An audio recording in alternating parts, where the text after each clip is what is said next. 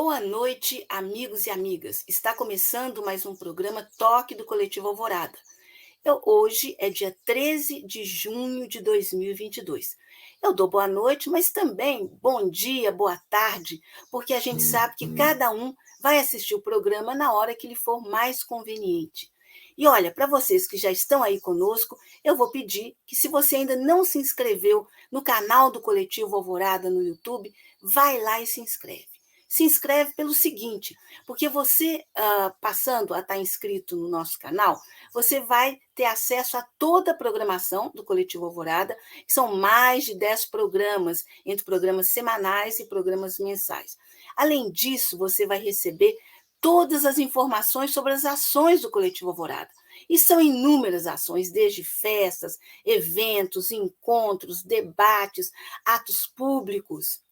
Hoje, durante o dia, por exemplo, teve um ato público fundamental na Praça 7, em Belo Horizonte, que é a principal praça aqui da capital mineira.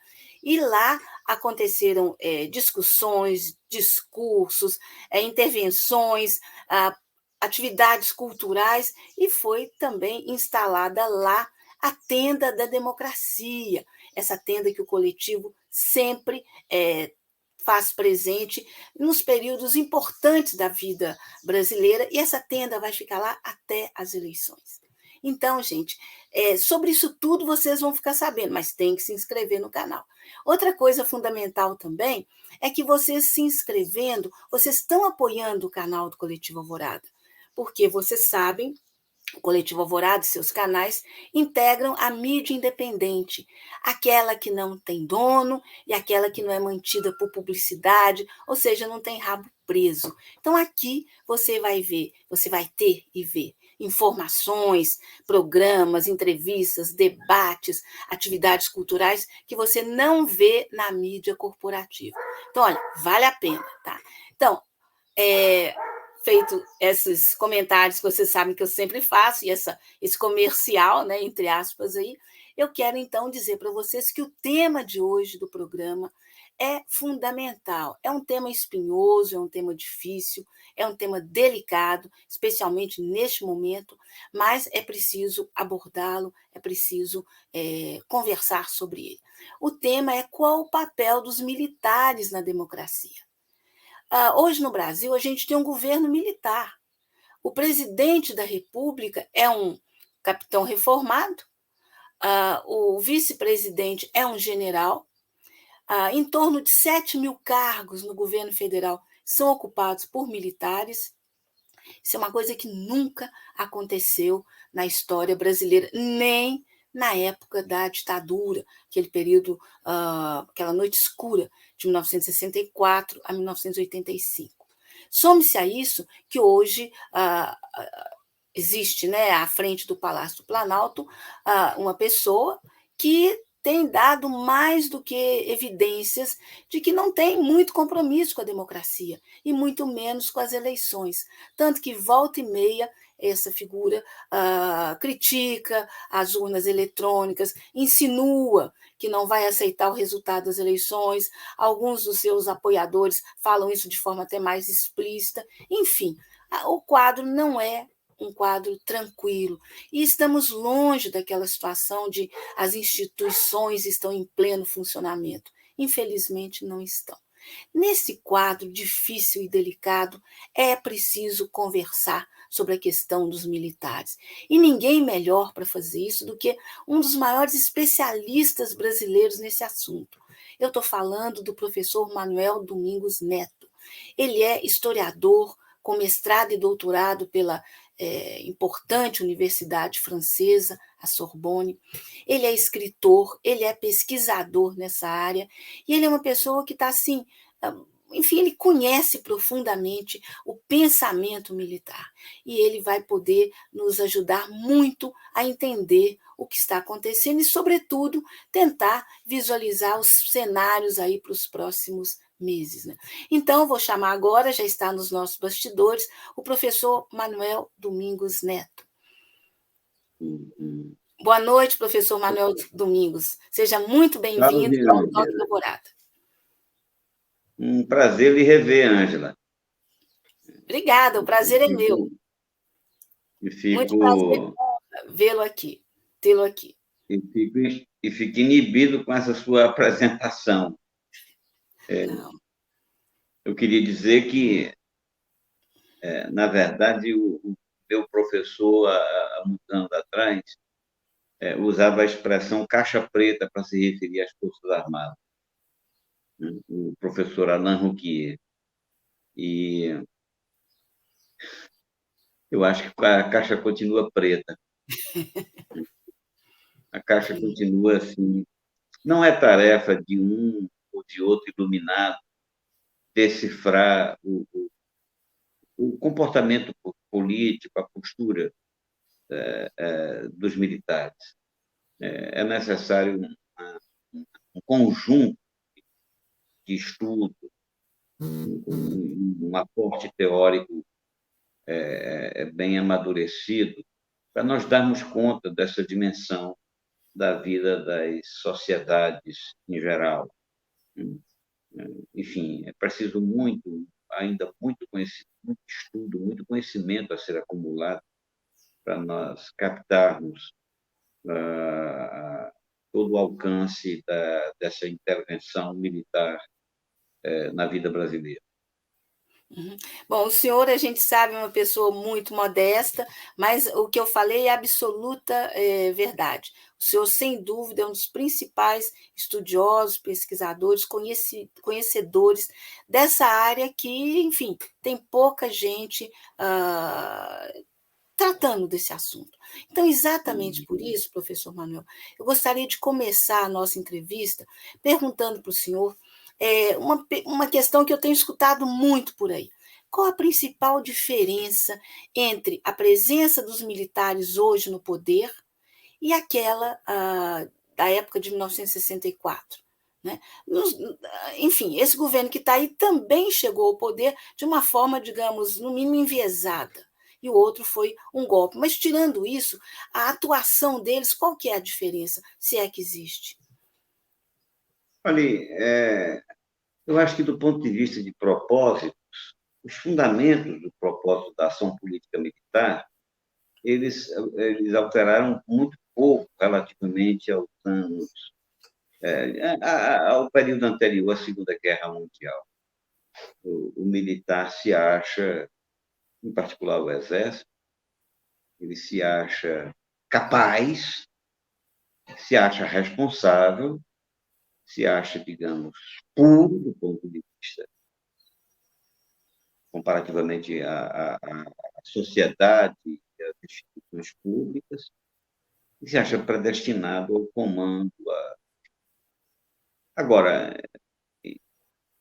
em 64, nós vivíamos um grande momento, que era um momento de Guerra Fria, né? Haviam dois campos distintos. É muito diferente de hoje, que existe uma ordem mundial com um polo, né? O polo norte-americano, o polo vencedor da Segunda Guerra Mundial, que exerceu a hegemonia clara ao longo das décadas e que agora está sendo contestado, sendo desafiado, né? Esse quadro geral é muito importante na análise dos militares, porque as Forças Armadas se organizam em função de forças externas, além do que elas são profundamente dependentes, né, do ponto de vista orgânico e estrutural. Uma Força Armada não funciona, a Força Armada brasileira não funciona sem aviões comprados em fábricas estrangeiras, né? Sem equipamentos, sem armas. Ela não se comunica, sequer é capaz de se comunicar sem essas compras externas. E essas compras externas, elas materializam alianças. Daí que, na apreciação de papel de uma força armada, uma das primeiras coisas a se verificar é esse ambiente, essa conjuntura mundial. A conjuntura de 64 é bem distinta da que passa a vigir nesse início do século XXI. Eu diria que nós vivemos um momento de transfiguração da ordem mundial com a mudança de hegemonia, com a contestação da hegemonia norte-americana, e é um ambiente tenso, que se exprime em guerras e em múltiplas jogadas no mundo todo, né? Jogadas de teor geopolítico, às vezes não claramente perceptíveis.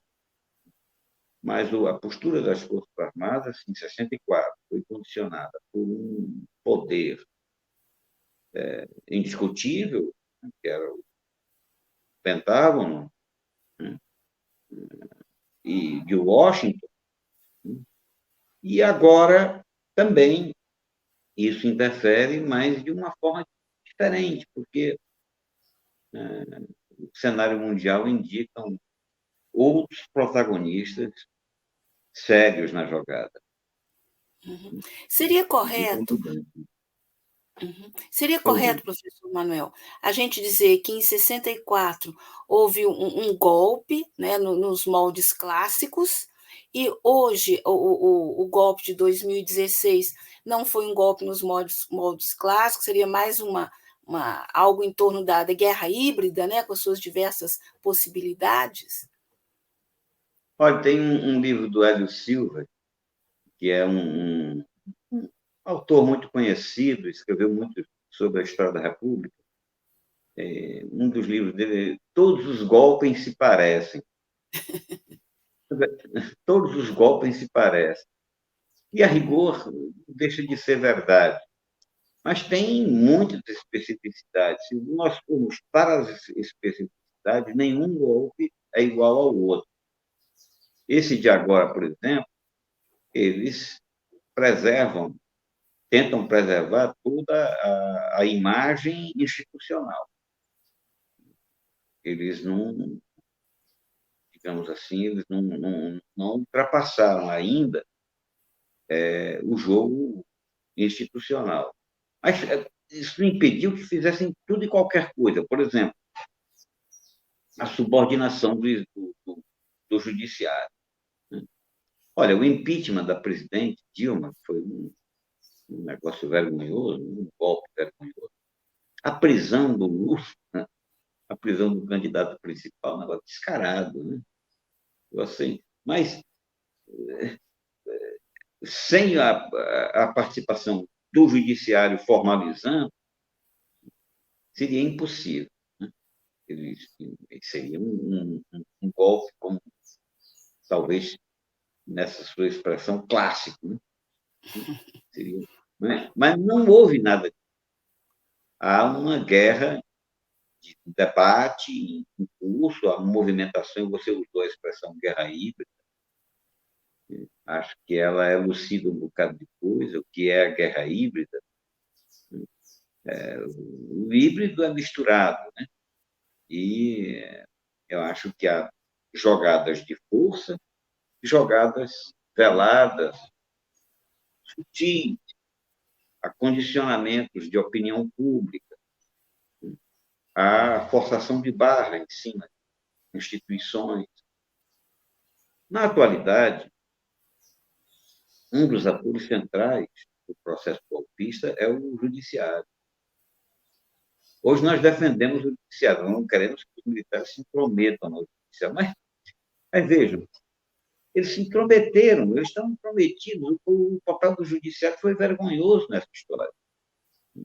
Acho que, para os mais atentos, está bem nítida aquela imagem do ministro Lewandowski, lá dirigindo a sessão do Congresso, do impeachment da Dilma. Veja, foi um ministro do Supremo que conestou. Antes disso, a aproximação a aproximação do Exército com o Supremo, né, foi escancarada quando o general Vilas Boas, o comandante, indicou simplesmente um assessor direto, um general, para ficar lá acompanhando o ministro Dias Toffoli. Coisa completamente fora da cachola, completamente fora de hora. Então, o que nós temos hoje, em termos golpistas, são essa manipulação de opinião pública, o controle de instituições, acho que o Congresso também, todo mundo diz que o Centrão disputa influência no governo com o militar. Então, o Centrão está fazendo o jogo de quem manda, e quem manda de fato, quem exerce. Né? Quem fabricou o Bolsonaro foram as Forças Armadas, em particular o Exército. Agora, há outros atores também. Um golpe militar nunca é puramente militar, como não foi em 64. A gente diz ditadura militar, eu uso a expressão, é ditadura militar, é golpe militar, sim. Mas é claro que os militares nunca agem sem conjugação com outros atores relevantes. Hoje, né, na atualidade, nesses dias que vivemos, tem atores explícitos e outros encobertos. Aliás, não, nem tão encobertos assim. Por exemplo, um ator explícito é o neopentecostal. O neopentecostal atua condicionando situações da sociedade brasileira. Outro é o miliciano. O miliciano é um ator político importante na atualidade. Ele exerce controle territorial, ele é capaz de, por exemplo, atuar num jogo de sabotagem que leve o caos ao país. Enfim, são diversos atores na cena brasileira, é uma cena muito complexa, não pode ser comparada a nada do que nós vivemos, não pode ser comparada em sua dinâmica, em seu processo. Mas há, sim, possibilidades de comparação relativamente ao teor, à natureza da intervenção. Ela é uma intervenção antidemocrática, de fraude à soberania popular e atentatória à soberania nacional. Duas coisas distintas. A capacidade de se autodeterminar é uma ingerência estrangeira e, ao mesmo tempo, como eu disse, francamente sabotagem da democracia. O tema da nossa conversa é antes, né? Os militares e a democracia. Os militares enchem a boca para falar em democracia. Mas desde que na democracia se desenvolvam processos os processos que lhes interessam. Houve uma interrupção, no caso do Brasil, não interessava aquela política externa no qual o Brasil se acabava com o alinhamento automático em relação à grande potência, não me interessava. A política de reformas sociais, ou digamos, de assistência social, aquilo também afetava profundamente os interesses dos militares. As pessoas, como é que os militares podem ser contra, por exemplo, a política de cotas?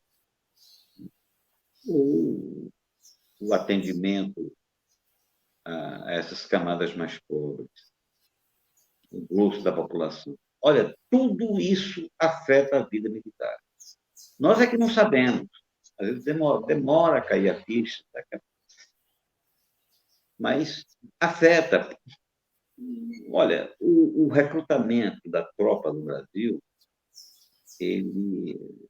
o estilo desse recrutamento é montado no legado escravista.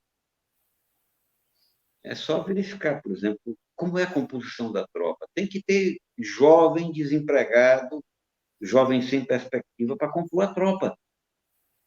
Né? E tem que ter classe média sedenta de se fazer na vida, né, para aceitar, para disputar lugar no oficialato. Se nós tivéssemos uma sociedade onde os jovens pobres tivessem oportunidade, tivessem produção grande, é claro que o recrutamento seria afetado, a própria composição.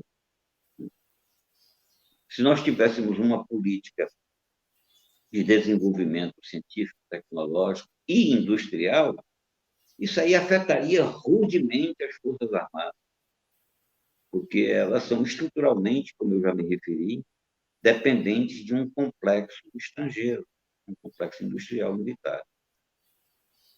De forma que, quando você pensa no Exército, você acha que os governos podem fazer o que quiserem sem afetar as Forças Armadas? Não. Qualquer coisa afeta. Por exemplo, se desenvolve hoje a luta de afirmação da mulher, de respeito à mulher. Ocorre que as Forças Armadas são estruturalmente misóginas e homofóbicas. Então, as liberdades, o respeito ao conjunto da sociedade são incompatíveis com as Forças Armadas que nós temos. Elas exalam, imagine, uma mulher sentada no alto comando, sabe? Tumultuaria completamente. Imagine um Mas outros general. países no mundo têm mulheres no alto comando, nas diversas forças, e o mundo não acabou por lá. É verdade, mas não é o caso nosso. E mesmo lá, né, a luta é, sabe, a presença, digamos, da mulher é mais relevante. Mas para isso foi necessário um bocado de luta. Além do que, não vale comparar muito a condição da Força Armada Brasileira em relação a de países em situação de indústria avançada ou sem esse contingenciamento social que nós temos. Fica Uhum. difícil comparar, por exemplo, comparar a Força Armada Brasileira com a francesa. Ora, a Força Armada Francesa é uma força imperialista, é uma força colonialista, mas é claramente ou formalmente. E quanto à Força Brasileira, ela é de uma força de um país que não se libertou dos laços coloniais. Captou a diferença de situação? Uhum. Sim, sem dúvida. As comparações serão sempre limitadas, viu, Ângela? Uhum. Agora, voltando ao ponto que eu estava me referindo, o militar se insurge, as Forças Armadas se insurgem contra mudanças sociais. Eu chamo a atenção para quem nos assiste para um documento que foi lançado há alguns meses atrás, sobre o qual nós estamos estudando e vamos oferecer uma coleção de ensaios. São aqueles pontos que os Digamos, militares colocaram em relação às eleições? não, não. É É esse sobre o documento? Não. projeto. Não, eu estou me referindo ao projeto de nação. Ah, sim. Projeto de... Foi um documento elaborado formalmente por três institutos que não representam as Forças Armadas, mas que exprimem o pensamento corrente no meio militar. Corrente não no momento, mas ideias, sabe, que estão na formação do militar brasileiro. E esse documento, nós estamos concluindo a análise agora, talvez seja a mais interessante expressão, né, de, da homofobia, sabe, do aviltamento da soberania nacional, do reacionarismo. É uma, enfim, Mas, Acredito professor, que em breve a gente vai oferecer para publicar isso, né? claro. Mas é isso. As Forças Armadas são, olha, estão aferradas a ideias absolutamente ultrapassadas e antidemocráticas. Eu, sem dúvida, concordo, a gente percebe isso, mesmo eu sendo leiga no assunto, mas eu fico pensando o seguinte: ah, nem sempre, pelo menos no caso das Forças Armadas Brasileiras, foi assim. Logo depois do golpe de 64, a gente sabe que em torno de 7 mil integrantes, né, das três armas foram perseguidos, expulsos, enfim, né, tiveram que ser calados de alguma forma por não concordarem. Mais ainda, a gente sabe que na história das Forças Armadas Brasileiras, a gente tem um marechal como Rondon, né, e todo o respeito que ele teve em relação aos indígenas, e a gente teve também militares legalistas, por exemplo, o Marechal Lott, né? E cadê essas figuras? O que aconteceu com elas? Né? Eu fico lembrando, por exemplo, recentemente do almirante Otton, do submarino nuclear. Né? Tirando ele, eu não saberia dizer outro hoje. Né? O que aconteceu com essas figuras que, pelo menos do ponto de vista da soberania nacional, tinham uma visão de país, tinham ou acreditavam, né, na possibilidade de se construir um país que merecesse esse nome aqui no Brasil? A sua pergunta, eu acho que ela pode ser feita de diversos modos. Alguns me fazem pergunta assim, não tem mais, tem algum lote aí? Não tem mais nenhum lote aí, não? O que aconteceu com os nacionalistas que fundaram a Petrobras e o CNPq, né? Uhum. Que aconteceu? Primeiro, interessante a sua menção a Rondon. Olha, em primeiro lugar, essa turma toda mencionada, que atuou nos anos 50, 60, elas foram formadas antes da Segunda Guerra Mundial. Não foram formadas por norte-americanos. Quem prevalecia era a orientação francesa, a tradição militar francesa. Então, esses homens, eles atuavam em um país que não tinha universidades, um país pouco capacitado intelectualmente, pouco capacitado tecnologicamente. Eles eram portadores de um saber que se destacava automaticamente. A escola militar formava tudo enquanto. Os que estão atuando agora, eles, eles foram formados depois de 64, onde, como você lembrou, onde o pensamento divergente foi arrastado. Você sabe que quando se acaba o pensamento divergente, se acaba a alta cultura, né? Se acaba a visão mais alargada. Então, a repressão de 64 ela empobreceu intelectualmente as Forças Armadas. Eu diria, eu quero ser mais forte. A repressão sempre houve, ela vem depois da febre, depois da Segunda Guerra Mundial. A repressão é feroz, mas não se compara à repressão depois de 64. Para termos uma noção, tinha um Nelson Werneck Sodré dando aula na Escola de Comando e Estado-Maior do Exército, na ESEME. Um marxista assumido, um Os avançado. melhores livros sobre a história da imprensa brasileira é dele, inclusive. Né? Um intelectual refinado, né? Tinha lá posições e tudo. Aliás, foi um dos meus grandes apoiadores no início da minha carreira, né? O Nelson Werneck Sodré. Uhum. Eu falava a ele sobre as minhas pesquisas nos arquivos franceses.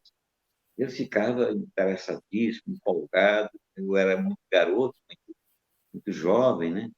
E, e ele me deu a maior corda, o Nelson Werneck Sodré. Enfim, veja, o alcance intelectual dos militares, eu digo, inclusive dos reacionários, era completamente diferente da inteligência desses comandantes da atualidade. A gente vai encontrar um ou outro mais ilustrado, mas, a rigor, são pessoas intelectualmente pobres, são pessoas de visão estreita, raciocínio curto, incapazes de alguma reflexão fora do doutrinário. Fora do doutrinário. Eu vou contar aqui uma historieta que dá bem a medida da pobreza. Viu? Eu estava dando aula para um conjunto de oficiais no Rio de Janeiro, oficiais superiores. Aí eu, refletindo assim, digo, olha, a diferença entre o ensino militar e o ensino no mundo acadêmico é que aqui nós saudamos a divergência, nós precisamos dela para nos desenvolver. Tem a divergência, é difícil o pensamento acadêmico prosperar. Né? Nós vivemos de polêmica o tempo todo. Né? A autonomia acadêmica é fundamental. Agora, no ensino militar já não. No ensino militar é doutrinário. Doutrina é doutrina, ciência é ciência. Se a doutrina não prevalece no meio militar, aí vem a confusão, a quebra da hierarquia, a quebra da unidade, a quebra da coesão. Portanto, são dois sistemas diferentes de ensino, não devem ser comparados. É claro que eu defendo a ideia de que o oficial deve ter convivência com o meio civil e, inclusive, do ponto de vista do conhecimento relativo à sociedade, as coisas da política, da história, é muito melhor que os oficiais se formem, não em suas academias, mas nas academias civis. Para que eles tenham um contato, de fato, com o pensamento brasileiro. Não fiquem olhando a sociedade a partir da janela exclusiva, que é uma janela estreita, a janela do quartel, a janela da caserna. Aí ele vai estar se distanciando, né? A sociedade sentindo e pensando por um prisma e o militar bitolado pensando por lá. Mas, rapaz, a reação foi brutal. Nossa! O senhor quer dizer que nós não aprendemos ciência? Rapaz, eu digo, eita. Foi uma coisa, um vexame, sabe? Era como se eu tivesse. Eu disse, rapaz, é o seguinte: vocês constituem objeto de estudo. Para que eu fui isso? Nós não somos objeto de estudo, nós somos estudiosos. Sabe? Desse jeito. É difícil. Nesse sentido, professor Manuel, eu fico pensando o seguinte: quando a gente vê, né, a reação de vários militares hoje, reformados, mas, enfim, falando verdadeiros absurdos, né? Como pensar, né, na continuidade democrática desse país, ou, dito de outra forma, como retomar, né, a democracia nesse país, porque efetivamente uma democracia atualmente não somos. Né? Podem até dizer que as instituições estão funcionando, mas a pergunta é como e para quem. Né? Ou seja, como recolocar esse país nos trilhos. Né? Com essa mentalidade militar, e pegando essa questão que o senhor colocou da doutrina, não é? Eles imbuídos de uma doutrina que está cada dia mais ultrapassada, essa doutrina essa visão de mundo também, de potência única, não é? Ainda nessa coisa de comunismo, de inimigos, etc. Né? E num mundo em transformação. num mundo que as coisas estão mudando, né? Não é mais aquele mundo unipolar dos Estados Unidos, né? Então, como o Brasil se situar nisso com esse pensamento militar tão tacanho, né? Olha, não há dúvida de que é o maior problema que nós temos. Não vejo outro problema maior. Do ponto de vista político, se tem uma força poderosa capaz de intervir, de dar as cartas, como fizeram, nós temos, e ela é antidemocrática, ela quebra o princípio da soberania popular, ou seja, de respeito da vontade da maioria. Não há problema mais grave, mais sério, sabe? Comprometendo, inclusive, todo o esforço que nós fazemos. Digamos que agora, esse ano, nós elegemos um presidente da República democrático, voltado para as reformas, né? As Forças Armadas terão capilaridade e entrosamento e capilaridade para sabotá-lo, como já fizeram, né? Toda hora estamos dizendo que não aceitam luta. Então, é um grande problema.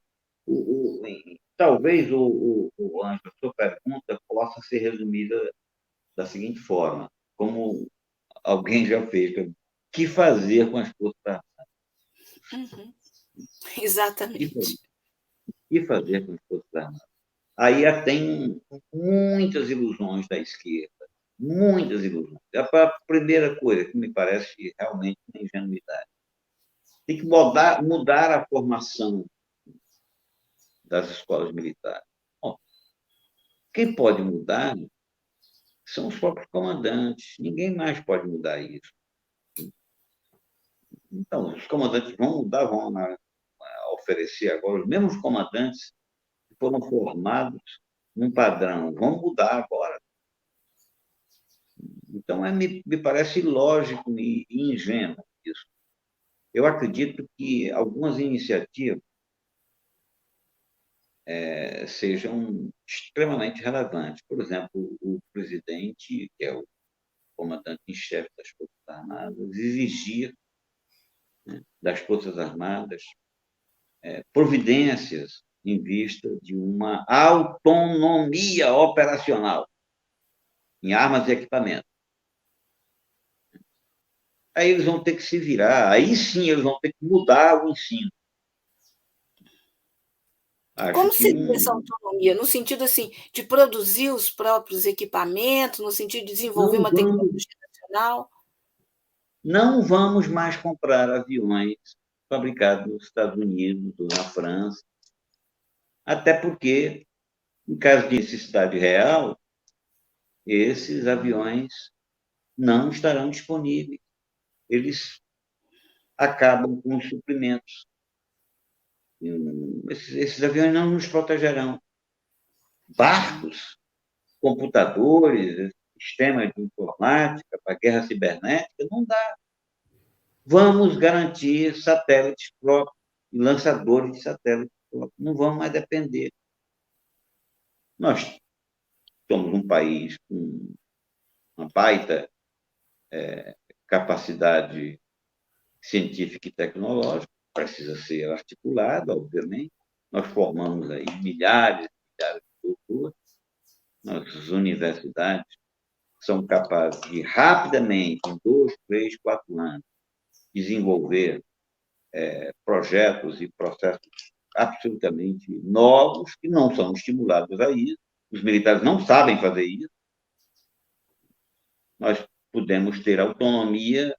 Vamos parar de comprar satélites, vamos parar de comprar mísseis, vamos desenvolver nossos próprios mísseis. Olha, iniciativas desse teor são muito mais eficazes do que ficar insistindo em mudar a formação,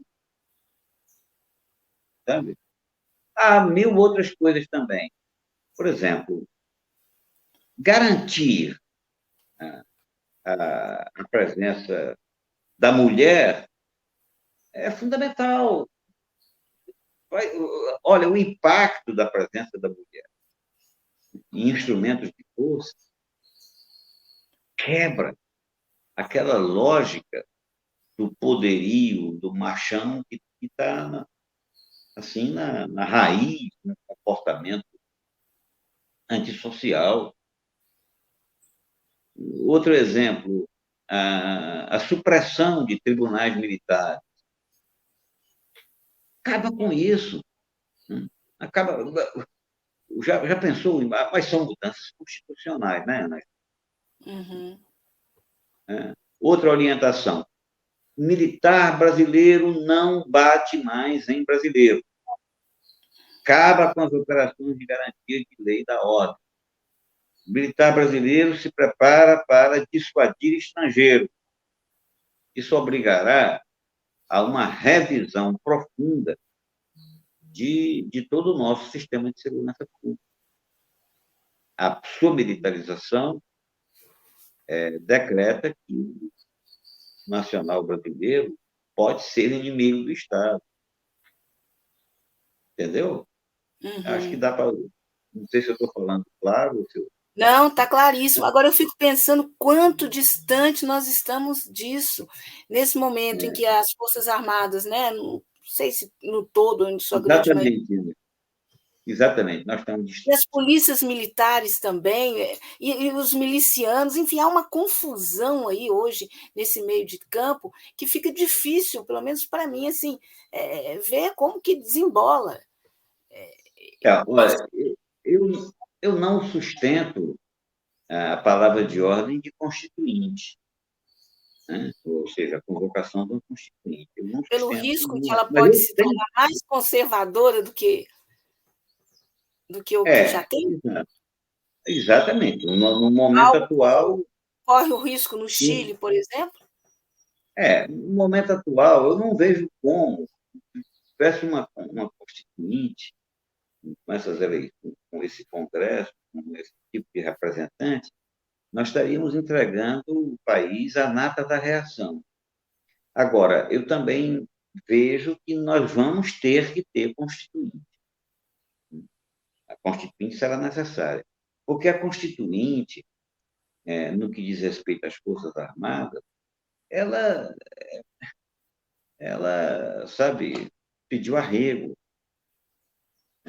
Houve uma forçação de barra das polícias militares, do Exército, da Marinha e da Aeronáutica.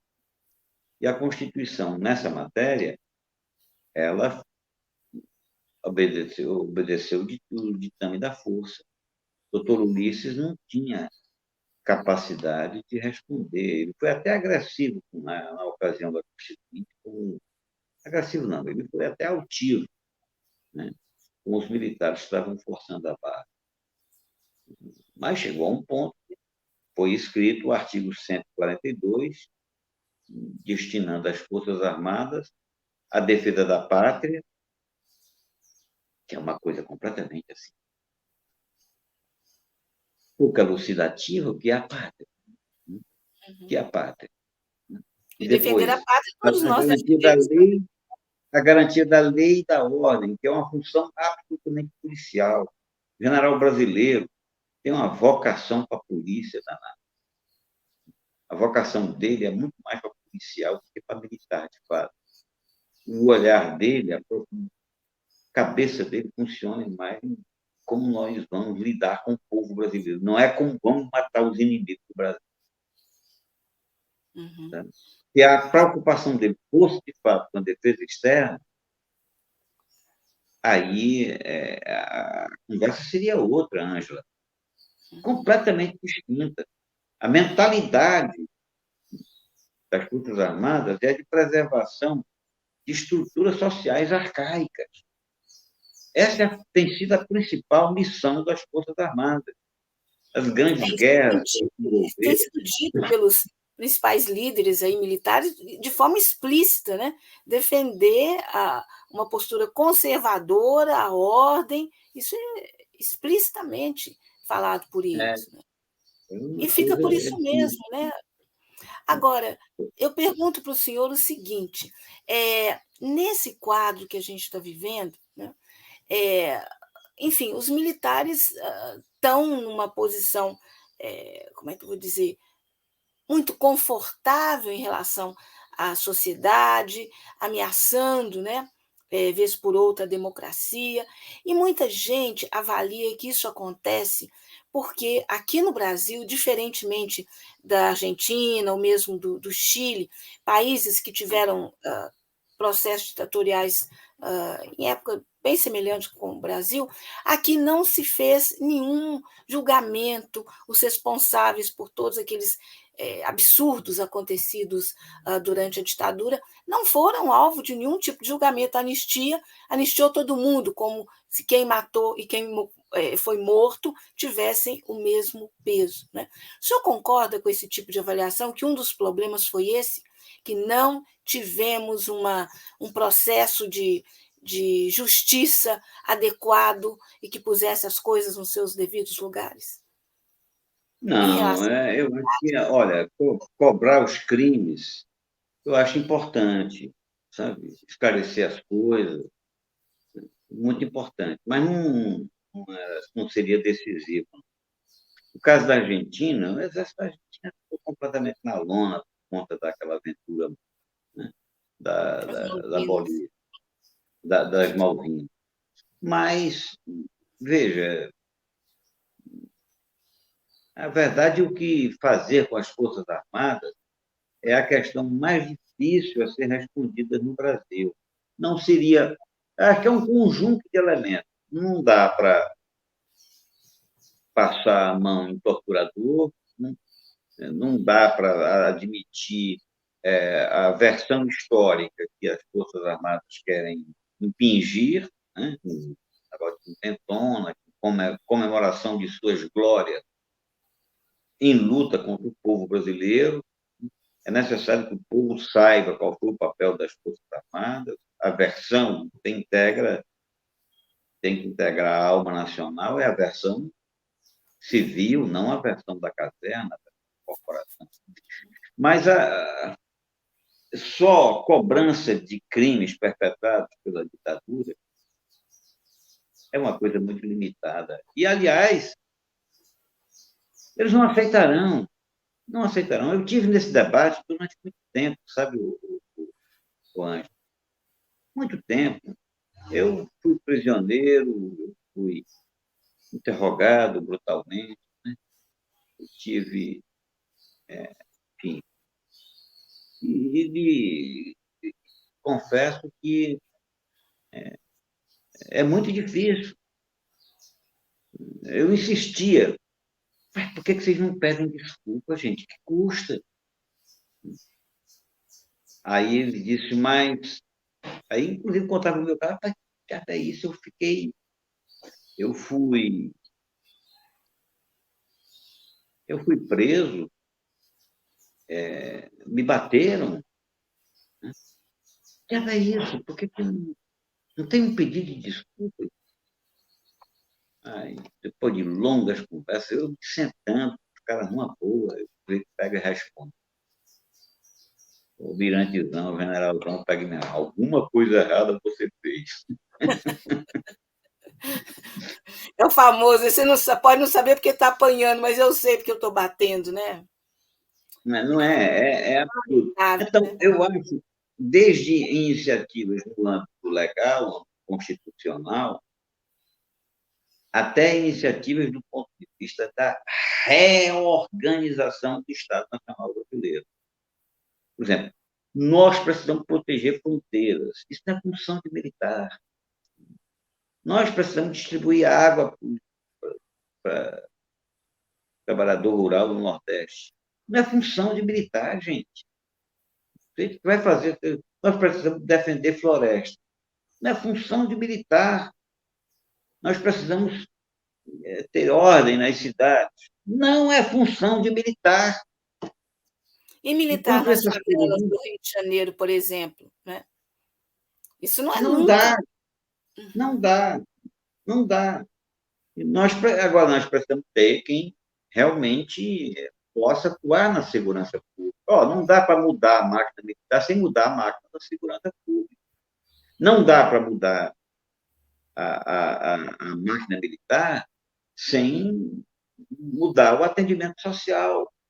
Porque, veja, As Forças Armadas, você pode verificar naqueles filmezinhos, aqueles propaganda que passa na televisão, aparece lá o soldado, o médico, levando remédio para o índio, comida, água, construindo estrada, fazendo isso e aquilo.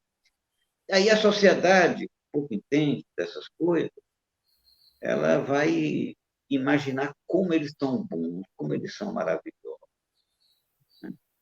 São indispensáveis. Agora, gente, ao fazer isso, o militar declina de suas obrigações.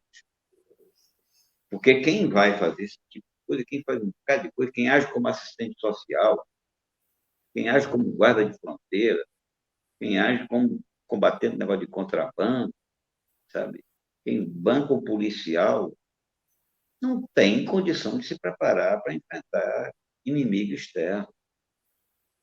Inimigo externo, enfrentar guerra, é outro 100 mil réis, é outra coisa, não tem nada a ver. Eu digo que o militar brasileiro nasceu em crise de identidade, e essa crise de identidade ela persiste até hoje. Ele não sabe o que quer ser na vida, o que vai ser na vida. Se é policial, se é militar, se é político, se é assistente social, já é que ele quer ser. E cumpre ao poder civil ter clareza, ao poder político ter clareza para orientar reformas de profundidade no conjunto do aparelho militar brasileiro. Porque não dá para alterar um sem mexer com o outro. Uhum. O exemplo mais claro disso é na segurança pública.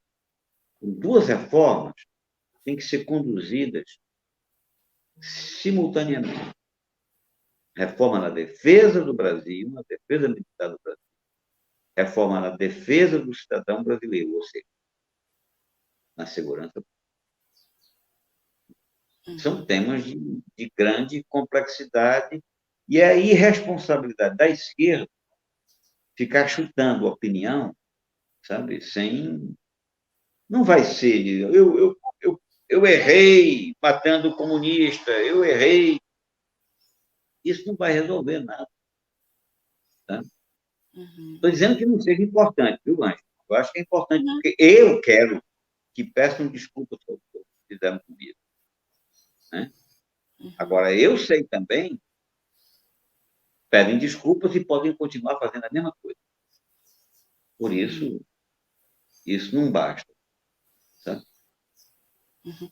Mas, professor Manuel, nesse mundo em transformação, recentemente o senhor criou e coordenou um seminário importante envolvendo a questão da guerra, a guerra na Ucrânia, esse novo mundo, né, se desenhando aí, esse mundo multipolar.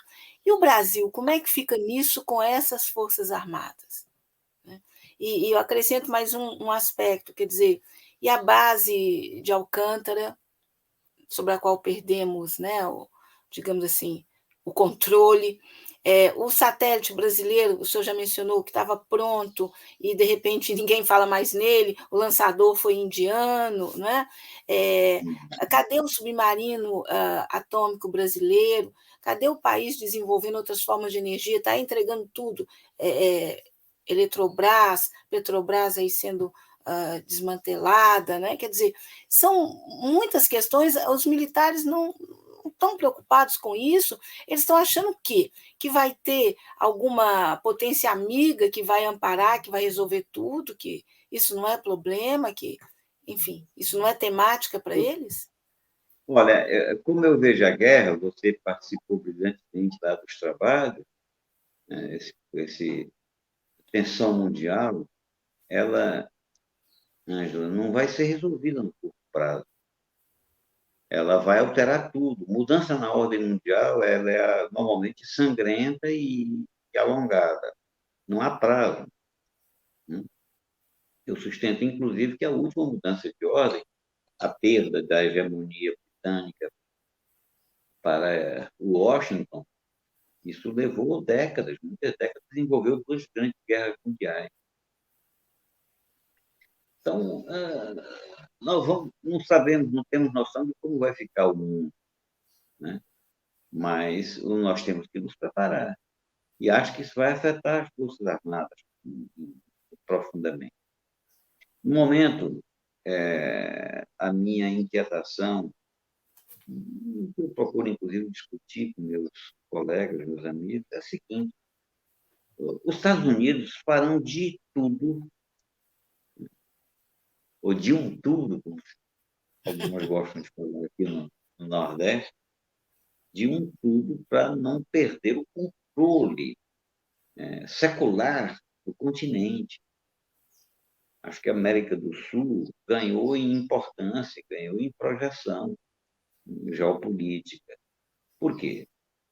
Porque a Ásia já era, a Eurásia já era, e a Europa está ruim das pernas. A África está perdendo, os europeus estão perdendo o controle sobre a África. Então, é uma mudança muito avexada, muito viva, muito saliente. Portanto, do ponto de vista geopolítico, eu acredito que os Estados Unidos farão de tudo para segurar a América Latina. Há milhares e milhares de agentes bem articulados,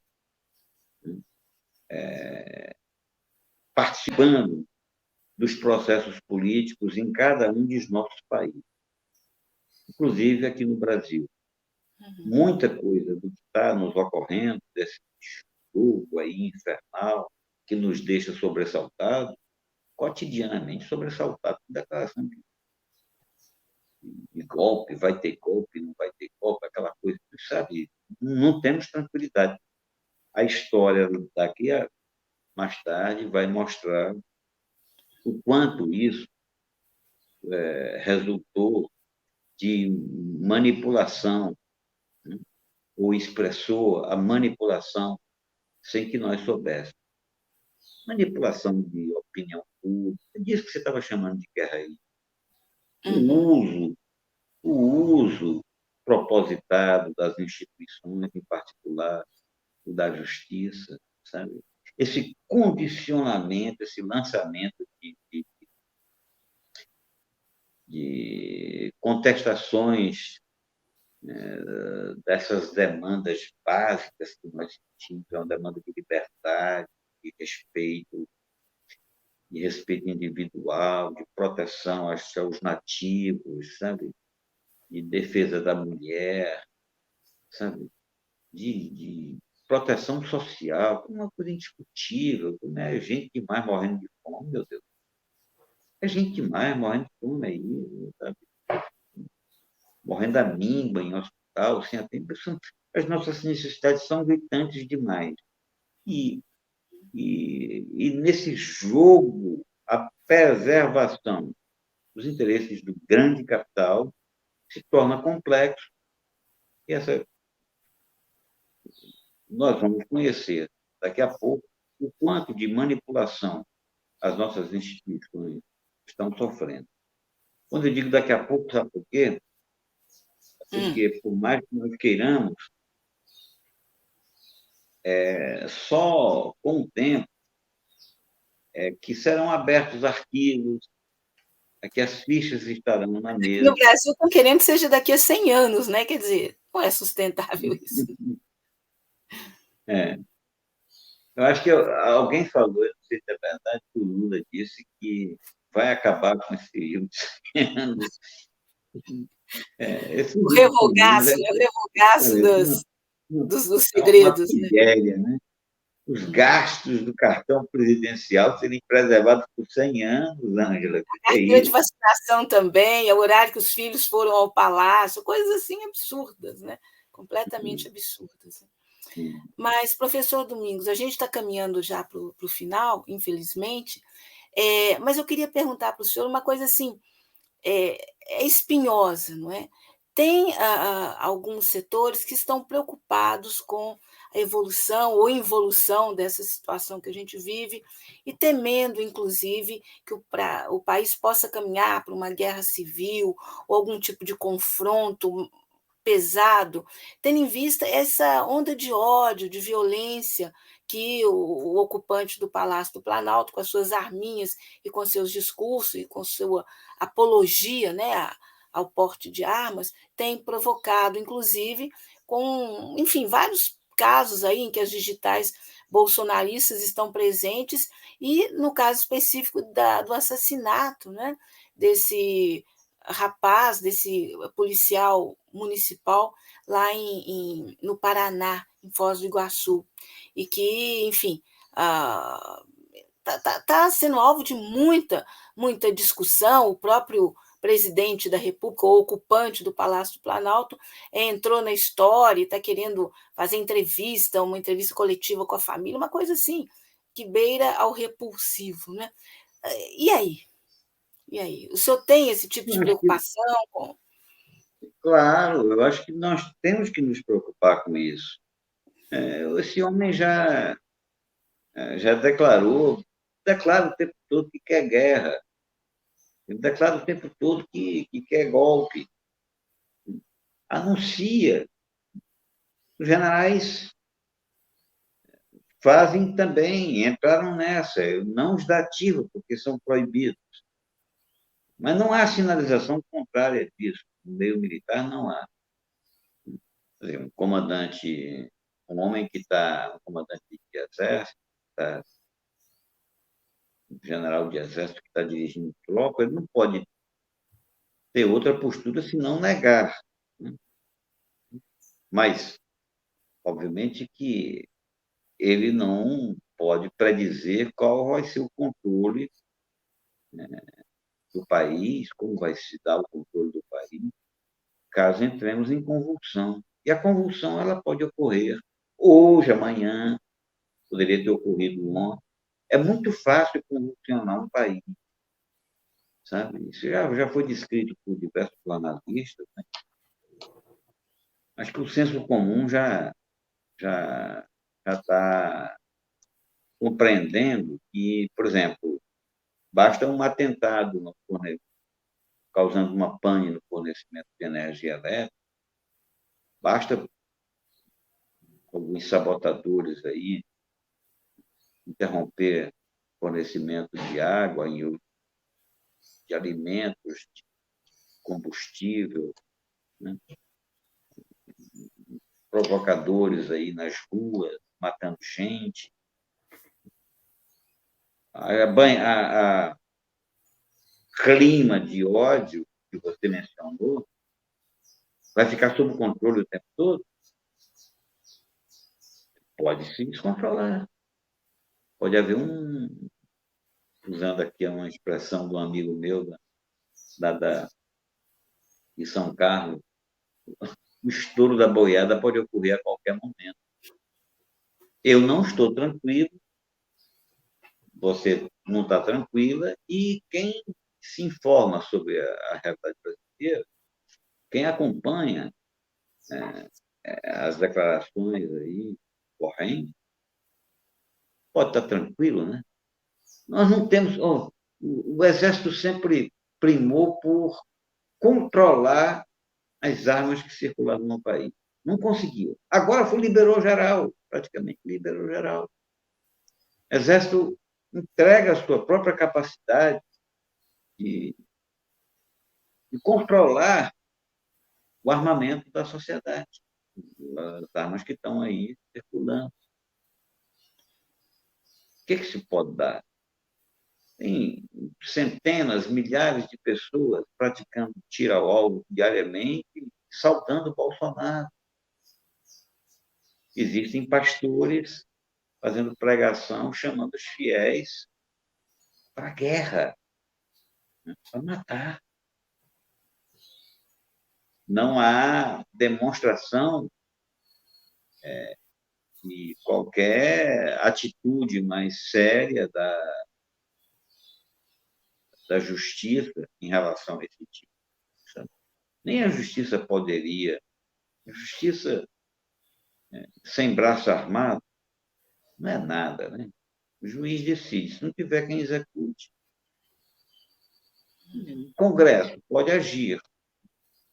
Mas esse Congresso que admitiu coisas tão estapafúrdias, sabe? Esse Congresso é de uma postura aviltante do ponto de vista ético, né? Então, nós temos que ficar preocupados. Não sabemos o que pode, eu não sei para dizer o que vai se passar. Na minha opinião, não há eleições garantidas. Era Não. isso que eu Nós ia já fomos perguntar. E as capazes. eleições em outubro? Pois é, não acho que estejam garantidas. Agora, acho difícil contrariá-las, porque há uma expectativa nacional, os brasileiros querem votar. Agora, do dia para a noite, pode se instaurar do caos, aí o que os brasileiros vão pedir é ordem. E quem pode dar ordem ao brasileiro, quem pode restabelecer a ordem no país, são os mesmos que provocaram a desordem. Entende? Ou seja, as Forças Armadas se envolveram nesse processo político, botaram esse sujeito aí na presidência, né, através de artifícios os mais condenáveis, nos leva para o impasse, nos leva para a convulsão, aí depois aparecem como salvadoras. Um salvador. Porque caso se perca o controle nas grandes cidades, por exemplo, isso é inimaginável. As Forças Armadas e as Forças Auxiliares terão que agir, o contrário é o caos. Sabe? Mas nós estamos caminhando para impasses extremamente perigosos. Eu não sugiro a ninguém relaxar, antes pelo contrário, nós temos que nos perguntar no cotidiano o que é possível fazer para defender a democracia, sabe? Eu me pergunto cotidianamente o que eu posso fazer, sabe, para defender a democracia.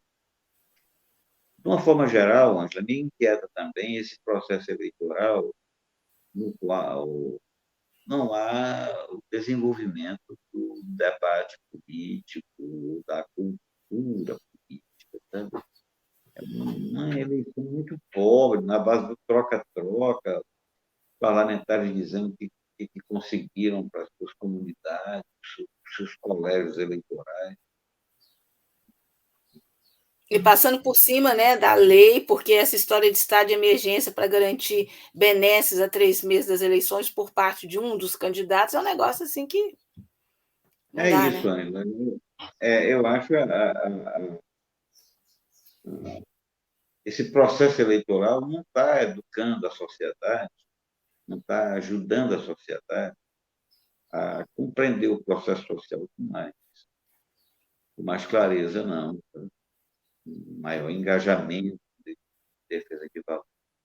É impressionante, eu tenho andado aí no interior de São Paulo e em Minas, quer dizer, andado pouco por causa da pandemia, mas o que eu conheci de posição estapafúrdia, sabe? Altamente reacionária. Aqui no Nordeste também. No Nordeste também nós temos contaminando um pensamento profundamente retrógrado, gente negando ciência, negando avanços, negando conquistas sociais, com saudade de um tempo pavoroso, saudade de experiência sinistra, como foi a da ditadura militar. Tem gente com saudade da ditadura militar. Então, tanto quanto você, eu me inquieto com o futuro próximo e me interrogo sobre o que eu posso fazer para ajudar o meu país. No momento, todas as nossas atenções têm derrotar eleitoralmente Bolsonaro. Mas isso não basta. Nós temos que lutar pela preservação do que nos resta de democracia, sabe?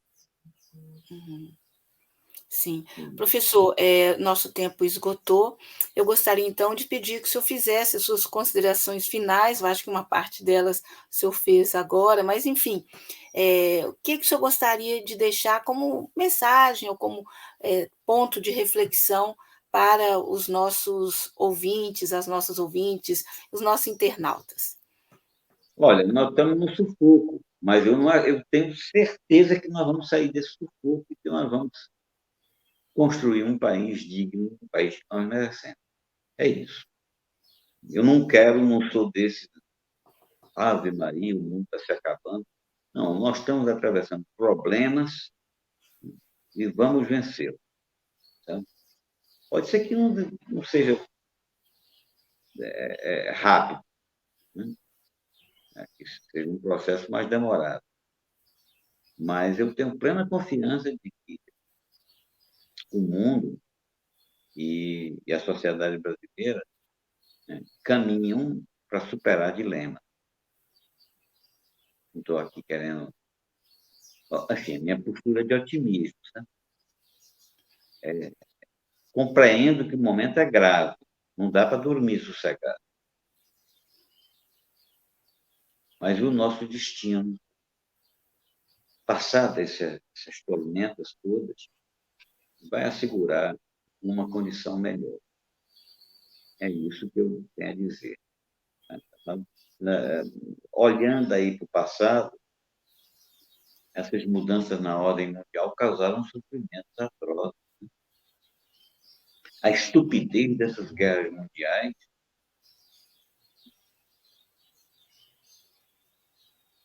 mas passaram. Passaram. Nós vamos para frente. Né? Nós vamos para frente. É isso. O meu otimismo é um otimismo que não nega a, a turbulência ou a complexidade da situação que nós estamos vivendo hoje. É um prazer conversar com vocês, sabe? Prazer, fazia algum tempo que a gente já não trocava ideias assim, né? Você participou da nossa atividade já faz um tempinho, né? Uhum. Então, é um prazer a retomada desse contato. Estamos aqui para tocar o debate de ideias. Professor, Muitíssimo obrigado por tudo, pela atenção. Professor Manuel Domingos, a gente aqui agradece, em nome do Coletivo Alvorada, a gente agradece muito o seu tempo, o seu conhecimento, essa aula, né, sobre Brasil, sobre democracia, sobre os militares. E essa aula, na verdade, o senhor deixou muito claro sua paixão, seu amor pelo Brasil e, né, e o esforço, né, para que se consiga que esse país realmente cumpra o seu destino de ser grande, de ser justo, de ser realmente democrático. Tá difícil, mas realmente é o destino, digamos assim. Isso não vai ficar pelo caminho, isso vai acontecer. Bom, para vocês que estiveram até agora conosco, vocês viram que aula, né, gente? Que aula, que maravilha. Olha, desde já, a gente já vai dizendo para o professor Manuel que em breve a gente espera poder voltar a conversar com ele, a, enfim, depois das eleições, aí a gente já tem novos elementos, né, para tratar, para abordar. Então, professor Manuel, mais uma vez, super obrigada. Vocês também que estiveram conosco, super obrigada. Olha, vai lá, além de curtir, compartilha, viu, gente? Mais pessoas precisam ter acesso a esse tipo de visão, de pensamento, de conhecimento, de cultura. Está fazendo falta demais nesse país. E olha, vai lá também e se inscreve, né? Vai lá, clica lá no Coletivo Alvorada, você vai passar a receber todas as informações sobre o que o Coletivo Alvorada faz, sobre a nossa programação, e você também vai estar ajudando, como eu já disse, a reproduzir, a que essas ideias, a que essas informações, elas ganhem mundo, elas cheguem mais longe. Bom, gente, esse programa não existiria se não tivesse a produção técnica da Alexandra Badaró. E ele não existiria também se não tivesse a produção executiva do Pedro Martins. E esse programa é uma ação do Coletivo Alvorada. Beijo para vocês, professor Manuel, mais uma vez, muito obrigada. Até semana que vem. Tchau.